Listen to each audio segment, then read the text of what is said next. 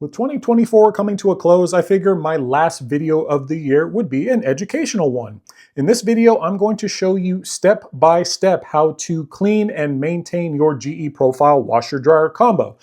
That's probably one of the most asked questions that I've got just within the past 6 months. People are, Matt, how do I clean this thing? How do I keep it nice? Which, you know, you spend some money on this thing. And so by keeping it clean and actually maintaining it the way that you're supposed to, you will extend the life of this thing drastically. But without further ado, let's get started.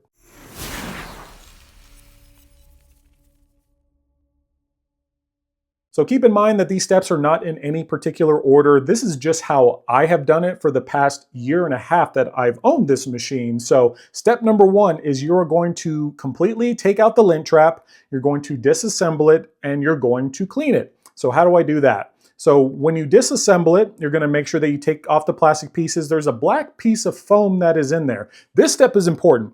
Do not put that black piece of foam in the washer to try to wash it with your clothes like in a normal load cycle. What you're going to want to do is you're just going to want to run it under some warm water. You want to make sure you kind of get all that dirt and all that debris out of there. And then I just let it sun dry. Like I'll just put it in my backyard or I'll just put it on the counter and I'll just let it dry for maybe 4 to 6 hours, depending on where exactly you are. If I put it out in the sun, especially here in the Vegas sun, that thing will be dry in an hour. So just kind of read the room a little bit with it. Said make sure that it's completely dry before you reassemble your lint trap and all that and put it back in. But this is a very important step because if your lint trap, the screen and all that is not clean, it's just not going to dry properly.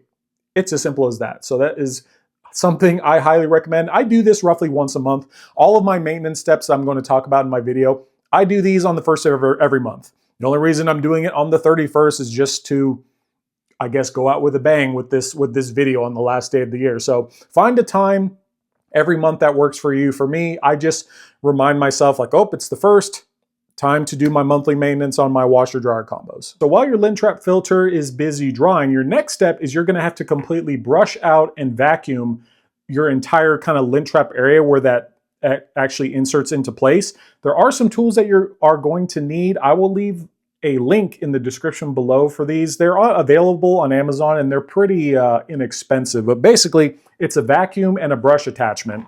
So it comes with 3 pieces. So these first 2 that you're gonna get 2 bristles, like these kind of brushes. This one's a little bit softer, this bigger one. And then this one actually feels just a little bit harder. And what I do recommend is just go in there and scrape out as much hair and as much dirt as you possibly can just to break it up. Because I have noticed with my machine, and then a lot of my viewers have commented this as well, is that they're starting to see a lot of buildup around the coil side, especially on the right side there. So that's why I highly recommend doing this at least once a month. If you do a lot of laundry, you might want to do it every 2 weeks. It's just really, I highly recommend just looking in there. So there's your 2 brush attachments.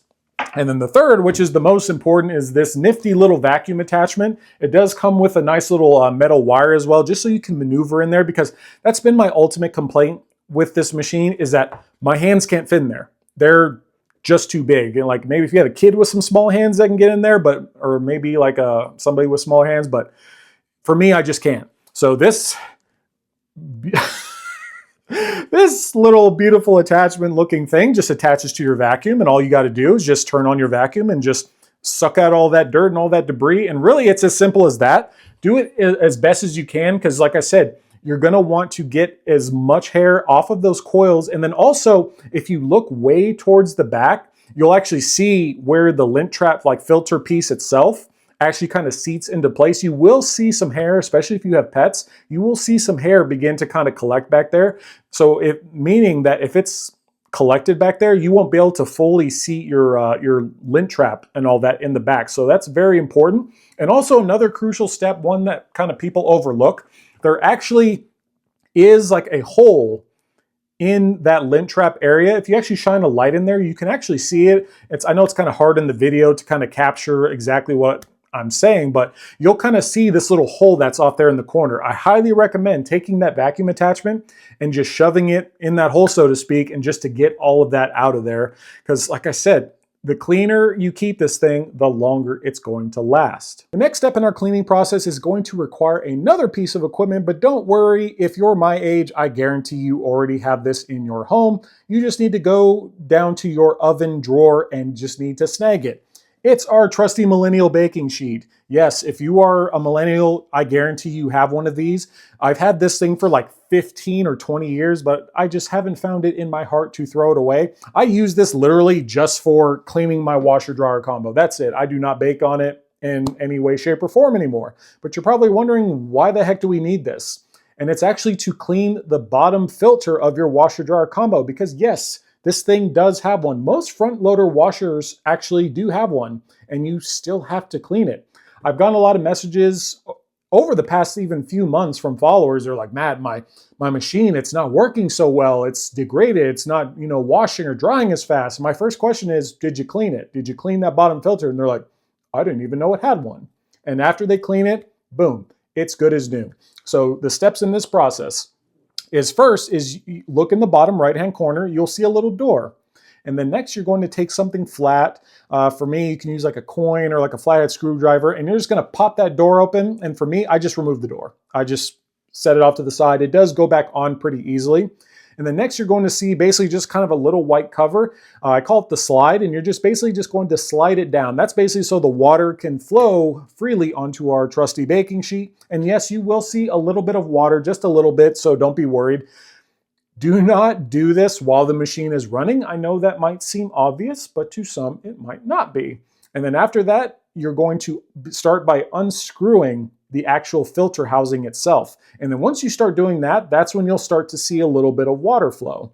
And after that, once you actually can remove it completely, you're either going to get two reactions from yourself. It's either going to be, oh, okay, that's not so bad, or it's going to be like, oh crap, that's disgusting. Because if you haven't cleaned it in, 3, 6, 9 months, or however long you've had it, it's going to be gross. I'm not going to lie to you. Especially if you have pets like I do, there's going to be some dog hair in there. It's going to be crazy. But yes, and then once you've cleaned all that, I highly recommend also taking just like a washcloth or something like that and just kind of wiping that area out, just because some of that water, it gets kind of stagnant in there. So it might have a little bit of a funk. There might be some goop or something in there that you just need to clean out. So once you're all done with that, just do all these steps back in reverse order. Screw it back on, put the little slide back up, and then put the door back on. And really, it's as simple as that, and you are good to go. These next two steps I'm just going to cover here in the same segment, since they are pretty simple and don't take a lot of time anyways. But next is you're going to clean the inner seal of your drum.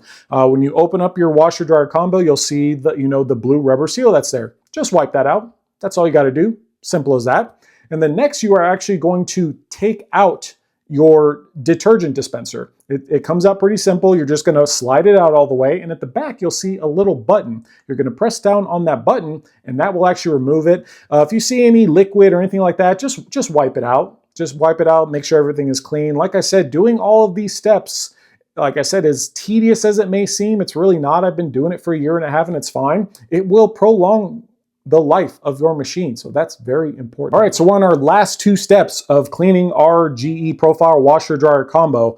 So basically what you're going to want to do next is just look in the back and make sure that your hoses are secured and everything like that. If you don't have stainless steel hoses, I highly do recommend getting those.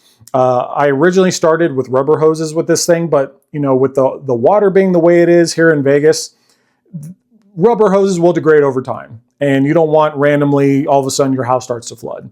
So I highly recommend picking up some stainless steel hoses if you do not have any, but just make sure that those are in place. If the delivery people did what they're supposed to, then you should be good to go. That should be no issue. And then our final step is literally just cleaning the inside of the drum. And I know your first step is like, oh, I have to actually scrub the inside of the drum. No. It's okay.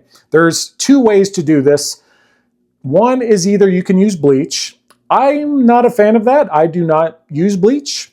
It's just not for me. So instead, I actually just use cleaning tablets and run the cleaning cycle. It's very simple. I just crack open a cleaning tablet, throw it in the machine, close the door, and then you're just going to select cleaning cycle, press the play button, and it's literally as simple as that.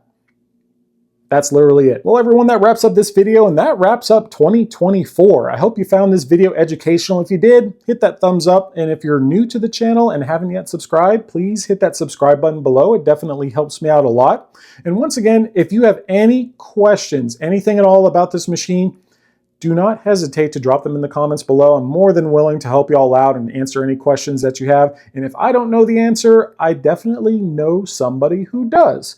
But yeah, hope you enjoy the rest of your day. See ya!